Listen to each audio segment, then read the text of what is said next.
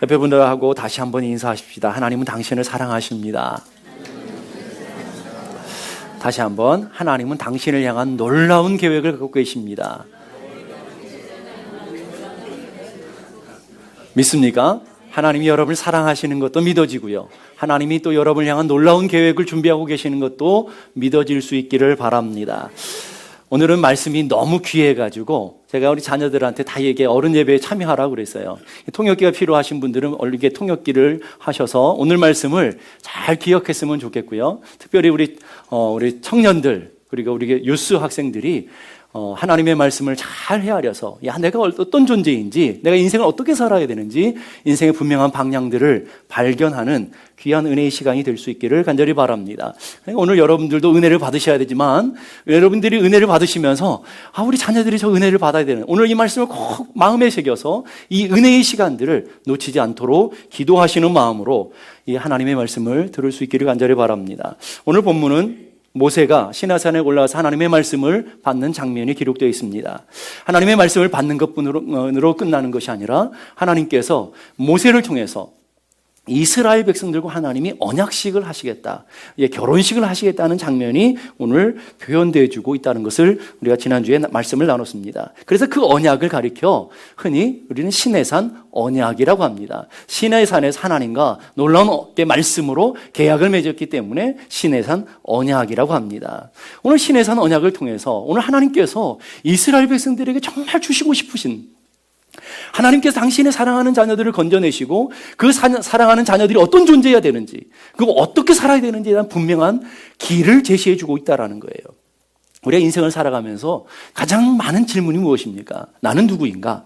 나는 누구여야만 하는가? 하는 그 질문들을 가지고 우리는 많은 씨름들을 하고 있었을 것입니다. 그런 질문 앞에 하나님은 정확하고 분명한 대답을 오늘 5, 6절을 통해서 우리에게 가르쳐 보여주고 있다는 거예요. 자, 5절, 6절 말씀 다시 한번 보십시다. 5절, 6절 보니까 너희는 모든 민족 중에서, 이 너희라는 건 여러분 한 사람 한 사람을 가르치는 거예요. 모든 민족 중에서 누구의 소유가 되고요? 하나님의 소유가 되어지고 너희가 내게 대하여 제사장 나라가 되며 거룩한 백성이 될 것이다. 오늘 세 가지의 정체성을 얘기해 주고 있습니다. 그 세 가지의 정체성 중에 첫 번째가 뭐냐면 하나님의 소유가 되어질 것이다. 오늘 말씀을 돌아가 보면 모든 민족 중에서 내 소유가 되겠고, 이 소유라는 히브리어는 세굴라라는 단어를 쓰는데 그냥 소유물을 뜻하는 것이 아니라 소유물 중에서도 가장 특별한 소유물 중에서도 가장 보배로운 것, 가장 존귀한 것이라는 단어가 바로 이 세굴라라는 단어를 써요. 그러니까 하나님께서 많은 민족이 있는데 이 세계가 다 하나님의 것인데 그 중에서 내가 너희들을 택해서 나의 가장 보배로운 존재로, 가장 귀한 존재로 삼아주셨다. 그렇게 삼겠다. 주님께서 이스라엘 백성들을 향하신 하나님의 약속이며 언약이라는 것을 오늘 말씀해 주고 계시더라는 거예요. 그런데 오늘 그 이스라엘 백성들, 그렇게 존귀하고 그렇게 보배롭고 그렇게 귀한 가치를 가지는 그럴 만한 존재들이었냐라는 거예요. 그렇지 않아요, 여러분. 430년 동안에 대를 물러서 노예 생활을 했어요. 노예 근성으로 온몸이 가득 차 있는 사람들이에요. 겉으로 볼품 없고요, 땅도 없고요, 나라도 없고요, 수많은 민족이, 수많은 사람들은 있는데 거할 곳도 없고요, 비참하기 짝이 없는, 초라하기 짝이 없는 그 이스라엘 백성들을 보면서 하나님께서 너의 보여지는 현상, 너의 보여지는 그 모습이 다가 아니라 내가 너를 보배롭고 내가 너를 존귀한 하나님의 백성으로 만들고 너는 나의 보배다, 너는 나의 소유다 라고 말씀하시는 놀라운 은혜가 이 말씀 가운데 숨겨져 있다라는 것입니다. 왜요? 하나님께서 왜 이스라엘 백성을 그렇게 존귀하게 만드셨습니까? 왜 하나님께서 이스라엘 백성들만 그렇게 특별한 민족으로 세우셨습니까? 무엇 때문에요? 신명기에 가보니까 이스라엘 백성이 수요가 많아서도 그런 거 아니고, 나라가 크고 강해서도 그런 것도 아니고, 이스라엘 백성이 다른 민족보다 더 큰 믿음을 가져서도 그런 것이 아니라는 거예요. 우리 편에서 갖고 있는 조건, 우리 편에서 갖고 있는 어떤 자격이 아니라 그 하나님께서 우리를 택하시고 하나님께서 우리를 보배롭고 존귀한 백성으로 만드시는 이유가 있는데, 그 만드시는 이유는 다른 이유가 아니라 하나님의 사랑을 인합니다. 하나님이 우리를 사랑해 주시고 하나님이 우리를 택해 주신 그것밖에 이해할 방법이 없다라는 거예요. 그리고 두 번째로 하나님께서 아브라함, 이삭, 야곱에게 맺으신 그 언약 때문에 믿음의 조상들에게 맺으신 그 언약을 기억하여서 그 언약으로 인해서 그 언약으로 말미암아 내가 너희를 보배로운 존재로 이 많은 열국 중에 많은 민족 중에서 너를 특별한 보물로 내가 삼아주시겠다라고 얘기하고 있다는 거예요. 오늘 여러분들도 마찬가지일 거라 생각이 들어요. 여러분 자격을 보게 되면, 여러분이 갖고 있는 어떤 능력이나 조건을 보게 되면 우리가 하나님 앞에 선택받을 만한 이유가 있나요? 하나님 앞에 쓰임받을 만한 이유가 있습니까? 없어요. 그런데 오늘 하나님께서 우리를 향해서 뭐라고 그러냐면 너는 나의 보물이다. 너는 나의 소유다. 라고 말씀하시는 하나님의 은혜가 있는 것을 믿을 수 있기를 간절히 바랍니다. 여러분들도 소유 중에 특별한 소유, 특별한 보물이 있을 거 아니겠습니까? 여러분이 가장 소중히 여기는 보물이 무엇입니까? 핸드백입니까? 아니면 자동차입니까? 아니면 물방울 다이아몬드가 있는 반지입니까? 그런 건 상상도 못 하시냐? 그러면 여러분 안에게 있는 그런 보물이 도대체 뭐냐라는 거예요. 보면은 두 가지가 있겠죠. 가격이 높은 걸 통해서 이건 나의 보물이야 하는 것도 있겠고요. 그래서 여러분 배우자나 누가 비싼 거 사주면 막 행복해가지고 이건 나의 보물이야 라고 생각할 수도 있겠습니다. 또 하나는 의미가 담겨져 있는 것이겠죠. 별로 비싸진 않지만 이건 내 사랑하는 자녀가 첫 월급 받고 해준 거야 라는 그 의미를 담고 이거 소중한 보물로 간직하는 그런 것들도 있을 것입니다.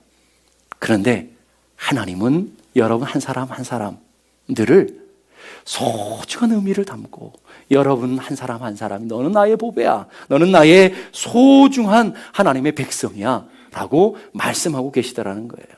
우리 복음성가에 보면 내가 너를 지명하여 불렀나니 너는 내 것이다 라고 말씀하시고, 그 다음에 보니까 내가 너를 보배롭고 존귀하게 여기노라, 너를 사랑하는 내 여호와로라. 오늘 여러분들이 매일 찬양하지만 이 찬양을 그냥 무의미하게 찬양하지만 오늘 나는 너를 보배롭고 존귀하게 여기는 너는 나의 보배다 라고 말씀하시는 그 음성이 오늘 여러분에게 들려질 수 있기를 간절히 바랍니다. 여러분 평생을 살아가면서 좋은 날도 있지만 힘들고 고통스러운 순간들도 얼마나 많아요. 그때마다 우리가 기억하고 우리의 마음에 새게 되는 것은 하나님께서 나를 보배로 생각하셨고 하나님께서 나를 존귀한 보물로 여기신다라는 그 믿음이 오늘 여러분 안에서 흔들려서는 안 된다라고 믿습니다. 근데 우리가 구원받기 전에 우리들의 존재가 그렇게 존귀하냐고요. 그렇게 자격이 있냐고요. 그렇게 보배로우냐고요. 그렇지 않다라는 거예요. 에베소서 2장 3절 보니까 전에는 우리도 다 그 가운데 우리의 육체의 욕심을 따라 지내며 육체와 마음이 원하는 것을 하여 다른 이들과 같이 뭐였다고요? 우리의 정체성이 뭐였다고요? 본질상 진노의 자녀였다. 심판의 자녀. 저 지옥에 가야 되는 그런 존재, 아무런 가치 없고 아무런 자격이 안 되는 그런 존재였는데 그런 우리들을 어떻게 하셨다고요? 베드로전서 2장 10절 보니까 너희가 전에는 백성이 아니더니 이제는 하나님의 백성이요 전에는 긍휼을 얻지 못하였더니 이제는 긍휼을 얻은 자가 되었다. 오늘 우리의 분명한 정체성을 가르쳐 주고 있어요. 어떻게 해서 그렇게 됐냐고요? 우리가 어떻게 해서 전에는 그런 자연들인데 이제 이런 은혜를 받는 하나님의 백성들이 어떻게 해서 이루어졌냐고요. 에베소서 2장 4절 5절로 가보십시다. 에베소서 2장 4절 5절 다 같이 시작. 긍휼이 풍성하신 하나님이 우리를 사랑하신 그 큰 사랑을 인하여 허물로 죽은 우리를 그리스도와 함께 살리셨고, 긍휼이 풍성하신 하나님의 사랑 때문에 죽어야 되는 우리를, 심판받아야 되는 우리를 살려주셨다라는 거예요. 뭘로요? 예수 그리스도의 은혜로. 그러니까 여러분 한 사람 한 사람을 구원하는데 거저 구원하신 것이 아니라 여러분 한 사람 한 사람을 구원하시기 위해서 하나님이 지불한 대가가 있다라는 거예요. 그 하나님이 지불한 대가가 뭐예요? 독생자 예수 그리스도라는 거예요. 독생자 예수 그리스도를 여러분을 한 사람 한 사람을 위해서 대가로 지불하셨기 때문에 하나님 편에서 여러분을 볼 때는 여러분의 보여지는 그 무가치한 가치가 아니라 여러분 한 사람 한 사람이 어린 양 예수의 보혈의 가치, 어린 양 예수의 가치이기 때문에 여러분 한 사람 한 사람을 보배롭고 존귀한 보물로 삼으시는 것을 믿을 수 있기를 간절히 바랍니다. 여러분에게 금을 붙여놓은들, 여러분에게 박사학위를 붙여놓은들 여러분이 존귀해지는 것이 아니고요. 오늘 여러분의 심령 가운데 예수 그리스도를 믿는 믿음이 있고 그 믿음을 가지고 구원받은 백성이 되어질 때 하나님 앞에 여러분은 존귀하고 보배로운 하나님의 백성이 되어지는 거예요. 우리 청년들이 공부를 많이 해서 박사가 되어지고 의사가 되어지고 높은 자리에 올라간다고 존귀한 백성이 되어지는 것이 아니라 하나님의 은혜를 받고 하나님의 백성이 되어지고 그 심령에 예수 그리스도의 보혈을 가지게 될 때에 하나님은 보배롭고 존귀한 보물로 여기신다라는 거예요. 그게 오늘 하나님의 은혜라는 거예요. 그래서 요한복음 3장 1절 보니까 보라 아버지께서 어떠한 사랑을 우리에게 베푸사 하나님의 자녀라 일컬음을 받게 하셨는가. 하나님이 도대체 무슨 일을 했는지 보라라는 거예요. 여러분 보이세요? 하나님의 아들을 죽이셨어요. 그게 하나님께서 우리를 사랑하신 증표예요. 여러분 그걸 보라라는 거예요. 그걸 보면서도 감동이 없다면 여러분의 마음이 죽어버린 거죠. 그걸 보면서도 여러분의 마음속에 어떤 마음의 움직임이 없다면 여러분의 마음이 둔한 거죠. 여러분 생각해 보세요. 여러분의 자녀를 죽여가면서 누군가를 한 자를 건져내면 그 사람을 볼 때에 여러분의 심령이 어떡하겠어요? 전 내 자녀를 죽인 대가야. 그런 가슴의 뜨거움이, 그런 감격이 여러분 안에 없겠냔 말이에요. 오늘 사도 바울은 오늘 우리를 향해서 얘기하는 거예요. 보라, 아버지께서 어떠한 사랑으로 우리에게 베푸신 그 하나님의, 베풀어서 우리를 하나님의 자녀로 삼으신 그 사랑을 좀 보라라는 거예요, 여러분. 그 사랑의 깊이와 넓이를 깨달아서 내가 하나님 앞에서 얼마나 존귀하고 얼마나 귀한 존재인가를 좀 알라라는 거예요. 여러분은 하나님의 보배된 것을 믿습니까? 아멘. 여러분 하나님의 구원받은 하나님의 존귀한 자녀 된 것을 믿습니까? 아멘. 정말이에요? 돈이 좀 없어도요? 건강하지 좀 못해도요? 아멘. 여러분의 삶이 가정이 힘들고 자녀가 속썩이고 삶의 여러 가지 문제와 여러 가지 아픔이 있어도 여러분은 그럼에도 불구하고 하나님 앞에서 여러분 보배로운 존재인 것을 믿습니까? 아멘. 많은 분들 만남이 이래요. 목사님 치질이도 복이 없는 년이 그러면서 치질이도 팔자가 사나워가지고 내가 왜 저런 인간을 만났는지 이런 분들이 있어요. 여러분 거기에 머물러서는 안 되고요. 그럼에도 불구하고 하나님은 나를 보배로운 존재로 삼으시고 그럼에도 불구하고 하나님은 나를 존귀한 존재로 삼으셨다라는 그 믿음이 여러분 안에 있기를 간절히 원해요. 내가 좀 공부를 못해도 여러분의 자녀들이 공부를 좀 못하고 여러분의 자녀들이 좋은 대학교를 좀 못 가도 여러분의 자녀들이 어떤 놀라운 일을 못해도 자녀이기 때문에 소중한 것처럼 자녀이기 때문에 귀한 것처럼 그 자녀됨 때문에 소중하고 귀한 것처럼 오늘 여러분들이 하나님 앞에서 볼품없어 보여도 하나님은 여러분을 존귀하고 소중하게 보물처럼 여기시는 것을 믿을 수 있기를 간절히 바랍니다.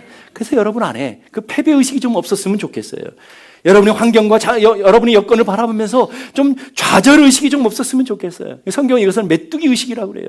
나는 이렇게 뭐 할 수도 하는 것도 없고 힘도 없고 돈도 없고 뭐 할 수 있는 능력도 없고 그런 패배의식, 메뚜기 의식을 버릴 수 있어야 된다라는 거예요. 자기가 자기를 귀하게 여겨야 다른 사람도 여러분을 귀하게 여겨요. 여러분 자기가 자기를 귀하게 여기지 않는데 다른 사람이 여러분을 귀하게 여겨주겠어요? 여러분이 여러분 스스로를 귀하게 여겨야 돼요. 두 번째는요, 자기가 자기를 귀하게 여겨야 자기의 삶이 귀한 삶이 돼요. 내 인생이 천하다고 생각하는 천한 삶을 살아갈 수밖에 없는데 그렇잖아요. 여러분의 몸이 귀하고 여러분의 생각이 귀하고 여러분의 삶이 귀하다고 생각하면 여러분의 인생을 귀하게 만들어갈 수 있다라는 거예요. 다시 한번 여러분께 묻겠습니다. 여러분은 하나님의 특별한 소유요, 하나님의 특별한 보물이라는 것을 믿습니까? 아멘. 믿으세요? 아멘. 로마서 14장 8절 보니까 그러므로 사나 죽으나 우리가 누구의 것이라고요? 주님의 것이라는 거예요. 이게 얼마나 놀라운 은혜입니까, 여러분? 내 인생이 내 거면 내가 책임져야 되잖아요. 그런데 내 인생은 누구의 거라고요? 주님의 것이기에 누가 책임지는 거예요? 주님이 책임지는 거예요. 네, 옆에 분하고 인사하십시다. 당신은 주책입니다. 네. 다시 빨리 인사해 보세요. 당신은 주책입니다. 네. 네. 주책이 무슨 뜻이라고요? 네, 주님이 책임지신다고요. 네. 욕하지 마시고 주님이 책임지시는 사람이다 하는 거예요. 어미 독수리가 새끼 독수리를 귀하게 여겼기 때문에 벼랑 끝으로 몰아내버리는 거죠. 왜요? 자기 새끼 독수리가 하늘을 정복하고 하늘의 왕이 되기를 원해서 훈련을, 연단을 시키기 위해서 떨어뜨리는 거 아니겠어요? 그러면 하나님께서 당신의 사랑하는 자녀들을 존귀한 백성으로 만드시기 위해서 때로는 훈련시키고 때로는 연단시키셔요. 근데 독수리가 벼랑 위로 확 떨어뜨려 놓고는 그냥 떨어지도록 놔둬버리나요? 죽을 때까지 기다리나요? 아니잖아요. 다 지켜보다가 떨어질만 하면 쫙 채워서 높은 곳으로 올라가고 보호하고 책임지는 것처럼 여러분의 인생에 때로는 불과 같은 연단을 만날 때도 있어요. 때로는 여러분의 인생에 물과 같은 고난의 시간도 있어요. 여러분의 인생의 죽음의 골짜기를 통과하는 정말 죽을 것 같은 숨을 쉬기도 힘든 고통의 순간도 있다고요. 여러분의 인생의 거친 광야를 통과하는 순간도 분명히 있어요. 근데 그게 다가 아니고요. 그 순간에도 하나님은 여러분과 함께 계시고 하나님은 여러분을 지키시고 하나님이 여러분들을 붙들어 주시는 것을 믿을 수 있기를 간절히 바랍니다. 그래서 하나님이 여러분에게 명령하시잖아요. 아무것도 염려하지 말라. 근심하지 말라. 두려워하지 말라. 내가 너를 책임진다. 누가 여러분을 책임진다고요? 여러분이 배우자가 아니에요, 여러분. 여러분이 자녀들을 믿지 마세요. 자녀들이 여러분을 절대 못 책임져요. 누가 책임진다고요? 하나님이 나를 책임진다. 이 믿음이 여러분에게 분명했으면 좋겠어요. 그래서 우리가 아까 복음성가처럼 나의 안에 거하라. 나는 너의 하나님이니 모든 환난 가운데서 너를 지키는 자라. 두려워하지 말라. 내가 너를 도와주리라. 놀라지 말라. 내 손 잡아주리라. 왜요? 우리는 하나님의 것이기에 하나님이 책임져 주시고 우리는 하나님의 것이기에 하나님 붙들어 주시고 우리는 하나님의 것이기에 하나님이 공급하시는 줄로 믿을 수 있기를 바랍니다. 여러분의 인생을 살아가면서 결핍의 순간에, 여러분의 인생을 살아가면서 광야를 통과하는 순간에, 여러분의 인생을 살아가면서 어려움을 만나서 도무지 못 넘을 것 같은 그 순간에도 우리가 기억해야 되는 것은 나는 하나님의 거야. 하나님이 나를 붙들어 주셔. 하나님이 나를 책임져 주셔. 하나님이 나를 도와주셔. 그 믿음이 여러분의 삶에 흔들리지 않기를 주님의 이름으로 축복합니다. 두 번째, 우리의 정체성. 너는 제사장 나라야. 너희가 내게 대하여 제사장 나라가 되며, 이 제사장이라는 단어는 성경에 굉장히 많이 나와요. 그런데 오늘 제사장 나라라고 하는 단어는 구약에 여기 한 군데밖에 나오지 않아요. 너는 제사장 나라가 된다. 오늘 이스라엘 백성들을 향해서 하나님이 하시는 명령이에요. 그러면 제사장 나라라는 뜻이 뭘까요?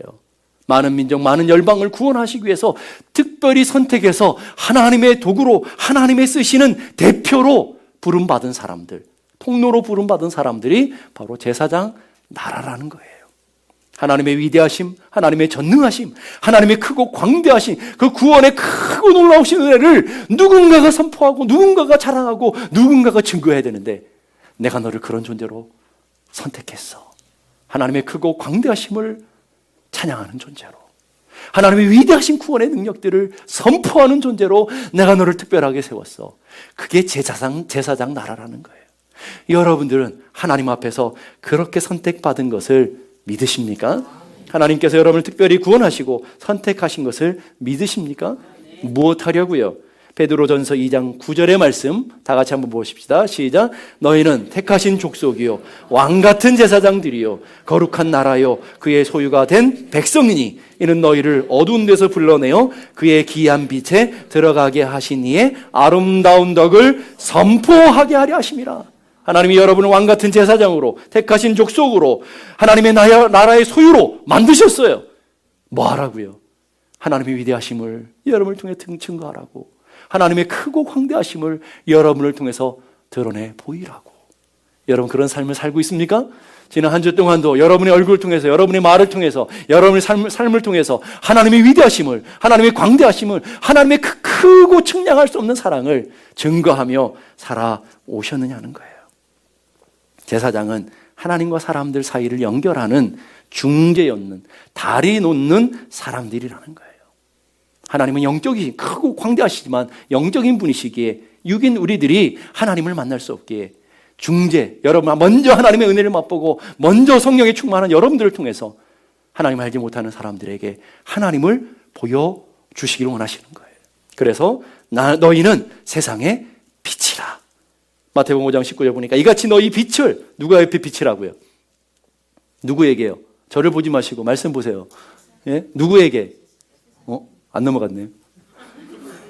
자, 마태복음 5장 19절 보니까 이같이 너희 빛을 사람 앞에 비치게 하여 그들로 너희 착한 행실을 보고 하늘에 계신 너희 아버지께 영광을 돌리게 하라. 너희 행실을 누구에게 보여줬어요? 사람들에게 보여줘서 너의 빛을 사람들에게 비춰서 그들로 세상 사람들, 하나님 알지 못하는 사람들로 하여금 너희들의 그 행실을 통해서 너희들의 빛을 통해서 하나님 살아계심을, 하나님의 영광을, 하나님의 능력을 드러내 보이라 라고 명령하신 거예요. 그래서 여러분을 어디로 보내신 거예요? 여러분의 가정으로 보내시고, 여러분의 직장으로 보내시고, 여러분의 학교로 보내시고, 여러분의 삶의 터전으로 하나님의 거룩한 제사장으로 여러분 보내셨다고요. 여러분의 가정 속에서, 여러분 삶의 터전 속에서 뭘 해야 되는 거예요? 제사장 노릇하며 살아야 되는 거예요. 제사장 역할을 하며 살아야 되는 거예요. 여러분의 가정 속에 제사장 노릇하며 사셨어요? 여러분의 배우자를 보면서 당신은 하나님의 제사장이야. 당신을 보니까 하나님의 살아계심을 맛볼 수 있어. 이런 고백을 받고 살아가십니까? 아니면 어떻게 살아가십니까? 네. 살짝 시험이 들 것 같아가지고. 제사장은 제사장으로 사는데 반드시 회복돼야 되는 게 있어요. 제사장은 제사장이 반드시 해야 되는 게 있죠. 제사장이 가장 중요한 일이 뭘까요, 여러분? 제사장 하는 일이 굉장히 많죠. 구약 성경에 보면 하는 일이 얼마나 많습니까? 백성들에게 율법을 가르치기도 하고요. 하나님의 뜻을 묻고 기도하고 하나님의 뜻을 전달하기도 하고요. 공동체의 거룩을 지켜가기도 하고요. 재판을 해서 옳고 그름을 가려주기도 하고요. 백성을 축복해주는 축복을 하기도 하고요. 전쟁을 알리는 나팔을 불어주는 역할도 제사장들이 하는 거예요. 그런데 그 제사장이 하는 그 많은 사역들 중에서 가장 중요한 사역이 뭘까요, 여러분? 제사 드리는 것. 하나님 앞에 예배하는 사역이 가장 중요한 사역이에요. 여러분들의 인생도 마찬가지예요. 여러분이 하나님의 거룩한 제사장을 불렀다면 여러분이 반드시 회복돼야 되는 게 있어요. 뭘 회복해야 돼요? 예배가 회복되어져야 돼요. 하나님께서 여러분을 부르신 첫 번째 이유가 여러분들 하나님께 예배하는 자가 되도록, 하나님을 예배하고 하나님을 경배하는 자가 되도록 여러분을 부르셨기에 제사장으로서 하나님을 예배하는 예배가 회복되기를 주님의 이름으로 축복합니다. 베드로전서 2장 5절 우리 함께 다 같이 한번 읽어보십시다. 시작. 너희도 산돌같이 신령한 집으로 세워지고 예수 그리스도로 말미암아 하나님이 기쁘게 받으실 신령한 제사를 드릴 거룩한 제사장이 될지니라. 자, 보세요. 여기 나오잖아요. 너희들이 거룩한 하나님 앞에 신령한 제사를 드리는 거룩한 제사장으로 너희들을 삼았다 하는 거죠. 히브리서 4장 16절. 그래서 우리가 해야 되는 것 다 같이 한번 읽어보십시다. 시작. 우리는 긍휼하심을 받고 때를 따라 돕는 은혜를 얻기 위하여 은혜의 보좌 앞에 담대히 나아갈 것이니라. 은혜의 보좌 앞으로, 예배의 자리로 담대히 나오는 은혜가 있기를 간절히 바랍니다. 주일만 말고요. 주일만 정해가지고 담대히 나오지 마시고 여러분들이 할 수 있는 한 하나님의 은혜의 예배를 사모하며 하나님의 은혜를 갈급하며 여러분의 인생의 예배가 회복되어야, 여러분의 인생이 회복되어지고 여러분의 삶의 예배가 회복되어야 제사장의 역할이 회복되어지는 것을 믿을 수 있기를 간절히 바랍니다. 세 번째, 우리의 정체성을 얘기하는데 너희들은 거룩한 백성이다 라고 얘기해요. 거룩한 백성이 될 것이다. 거룩이라는 뜻은 분리되어지다, 구별되어지다라는 뜻을 가지고 있어요. 여러분, 옛날에 시계에 보면 시계 추가 있어요. 왼쪽 오른쪽으로 왔다 갔다 하잖아요. 그 추가 있는 것처럼 우리의 신앙은 그 시계와 똑같은 것 같아요. 여러분이 믿음으로 구원받은 줄로 믿습니다. 끝이 아니에요, 여러분. 믿음으로 구원받고 하나님의 자녀된 것이 끝이 아니라고요. 또 한편 추에 가야 되는 추가 있는데 뭐냐면 우리가 하나님의 주시는 은혜의 자녀들에게 명령하신 거룩해라는 거예요, 여러분. 한쪽만 가면 안 되고 두 쪽으로 여러분 왔다 갔다 해야 되는 거예요, 여러분. 여러분, 하나님 앞에 구원받은 하나님의 자녀들에게 하나님 요구하시는 게 뭐예요? 거룩해라는, 거룩한 백성이 되라는 거예요. 그러지 않고 한쪽만 붙잡으니까 여러분이 2단, 3단, 4단으로 막 빠지는 거잖아요. 여러분들이 양쪽 추를 꼭 잡아야 돼요, 여러분. 믿음으로 구원받는 건 맞아요. 그러나 여러분의 손과 발을 움직여 거룩한 성화의 길로, 믿음의 사람의 자리로, 거룩한 하나님이 원하시는 거룩한 백성의 자리로 걸어가야 돼요, 여러분. 걸어가야 된다고요. 한번 보실까요? 레위기 11장 4절을 보니까 나는 너희 하나님이 되려고 너희를 애굽 땅에서 인도하여 낸 여호와라. 하나님이 일방적으로 구원하셨어요. 그리고 뭐라고 얘기해요? 내가 거룩하니 너희도 거룩하라. 하나님의 명령이라고요, 여러분. 내가 너희를 특별히 구원했어. 은혜로 구원받았어. 믿음으로 구원받은 건 맞아. 그렇지만 거기에 머물지 말고 하나님의 자녀들은 하나님다운 거룩한 삶을 살아내야 된다. 그래서 여러분의 삶이 거룩을 위해서 분리되어야 된다고 그랬죠. 죄와 자꾸 세상과 분리되어지는 연습을 해야 돼요, 여러분. 저희 집에 뒤에 가면 백야드가 있는데 거기에 보면 우리 옆집에서 개가 한 마리 와가지고 매일 똥을 싸놓는 거예요. 계속 컴플레인 해도 계속 싸놓는 거예요. 근데 그 똥만이 문제가 아니라 똥이 싸놓으면 죄송합니다. 이 똥 얘기를 해가지고 이 똥파리들이 막 날라온다고요. 막 냄새가 나고. 그러면 그 똥파리들을 없애려면 어떻게 해야 되세요? 뭐 에프켈라 막 약 뿌리고 뭐 향수 뿌린다고 그 없어지겠어요? 똥파리들을 없애는 방법이 뭐예요? 똥을 치워야 돼요. 똥을 치워야 돼요. 그래야 똥파리들이 안 날라와요.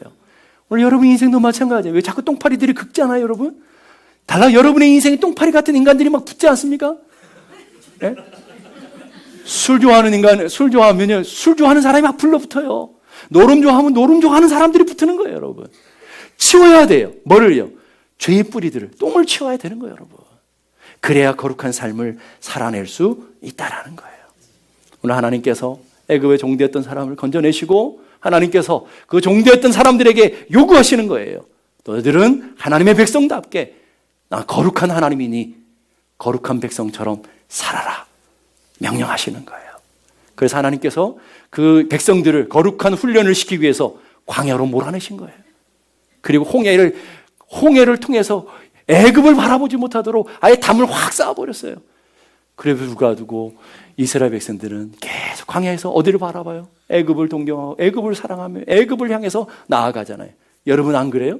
여러분 구원 받았다면서요. 하나님의 은혜의 자녀가 되었다면서요. 그 여러분 어디를 동경해요? 맨날 세상을 사랑하며 세상에서 어떻게 하면 돈을 많이 벌 수 있을까? 어떻게 하면 성공할 수 있을까? 어떻게 하면 오래 살 수 있을까? 어떻게 하면 인기 좋을 수 있을까? 어떻게 하면 즐겁게 살 수 있을까? 계속 세상을 동경하며 살아가는 것. 그게 노예 근성이라니까, 여러분. 그러니까 주님 뭐래요? 분리해야 된다. 너희들은 하나님 나라를 바라보는 하나님의 본향을 바라보는 사람들이다 라고 주님이 말씀하시는 거예요. 그래서 여러분들이 표준을 제발 낮추지 마세요. 나는 저권사님 같을 거야. 나는 저 장로님 정도 수준이면 되겠지. 수준을 낮추지 마세요, 여러분. 그 사람들 바라보면 실망해요, 여러분. 나는 목사님 같아야지. 저도 보지 마세요. 저 바라보면 언젠가 실망한다니까요. 여러분의 믿음의 표준은 오직 하나예요. 누구예요? 믿음의 표대가 되시는 예수 그리스도. 그리스도만 바라보고 살아가는 거예요. 여러분의 믿음의 표준을 낮추면 절대 안 된다는 거예요. 한번 보세요. 에베레스트 산을 올라가려고 하는 사람하고 저기 스톤 마운틴을 올라가는 사람의 자세가 같겠어요? 다르겠어요? 다르죠. 에베레스트 산을 올라가려고 하는 사람은 몇 달을 준비하며 철저하게 자신을 관리하며 준비할 모든 것들을 철저하게 관리해 나갈 거라고요. 근데 스톤 마운틴 가려고 하는 사람은요, 오늘 예배 끝나면 툭 가면 돼요, 여러분. 뭐 다리 아파서 못 걸으면 그냥 타고 올라가면 돼요. 한 번 쑥 구경하고 내려오면 되는 거예요. 그런데 안타깝게도 에베레스트 산은 케이블카가 없다는 거죠. 예? 그렇기 때문에 준비하고 그렇기 때문에 올라가야 되는 거예요. 오늘 하나님의 백성들에게 너희들은 하나님의 본향을 바라보는 본향을 올라가는 하나님의 사람이라고 우리에게 말씀하셔요. 너희들은 이 땅의 목적이 아니라 이 땅의 삶이 전부가 아니라 저 거룩한 나라를 소망하는 하나님의 백성들이기에 이 땅을 분리하며 구별하며 살아라라고 우리에게 말씀하고 계시더라는 거예요. 자, 그래서 로마서 13장 12절에 14절 우리 함께 다 같이 한번 읽어보십시다. 시작. 우리가 어둠의 일을 벗고 빛의 갑옷을 입자. 낮에와 같이 단정행하고 방탕하거나 술 취하지 말고 음란하거나 호색하지 말며 다투거나 시기하지 말고 오직 주 예수 그리스도로 옷 입고 정욕을 위하여 육신의 일을 도모하지 말라. 세상과 분리되라는 거예요. 세상 걸 좋아하지 말라라는 거예요. 방탕, 술 취함, 음란, 호색, 다툼, 시기. 하나님의 사람들의 마음속에는 사라져야 되는 것들이야. 여러분 그렇게 살고 있냐고요? 그거 분리하고 있냐고요, 여러분? 그래서 예수 그리스도로 옷 입으라. 어떤 옷을 입느냐 중요하다는 거예요, 여러분. 왕장로님 가게 가보면 기름 막 시큼한 옷 입고 막 자동차 밑에 들어가고 막 그래요. 그런데 교회 오면 양복 쫙 입고 거룩한 옷 입고 절대 기어다니지 않죠. 왜 그럴까요? 옷을 다른 걸 입었기 때문에 그래요. 더러운 옷 입으면요 세상에 가서 막 굴러다니는 거예요. 그런데 깨끗한 옷, 정결한 옷 입으면 나를 지켜가는 거죠. 예, 나를 보호해야 하는 거예요. 혹시 식사하면서도 김치가 튈까봐 막 애지중지 이렇게 해나가는 거 아니겠어요? 오늘 여러분들의 믿음이 그래야 된다라는 거예요. 그래서 오스왈드 챔버스 목사님이 우리에게 이렇게 말해요. 신앙은 추상적이 아니라 굉장히 구체적이고 굉장히 실제적인 것을 가르쳐주고 있는 거예요. 하나님은 인류를 향하여 한 가지 목적을 가지고 계시는데 바로 거룩이다. 여러분, 한 사람 한 사람이 하나님의 온전한 목적은 한 가지라는 거예요. 여러분, 성공도 아니고요, 이 세상의 출세도 아니고요, 거룩이라는 거룩. 그러면서 주님은 사람을 구원하시기 위해 오셨는데 그 이유는 그들을 거룩을 향하여 창조하기 위해서다.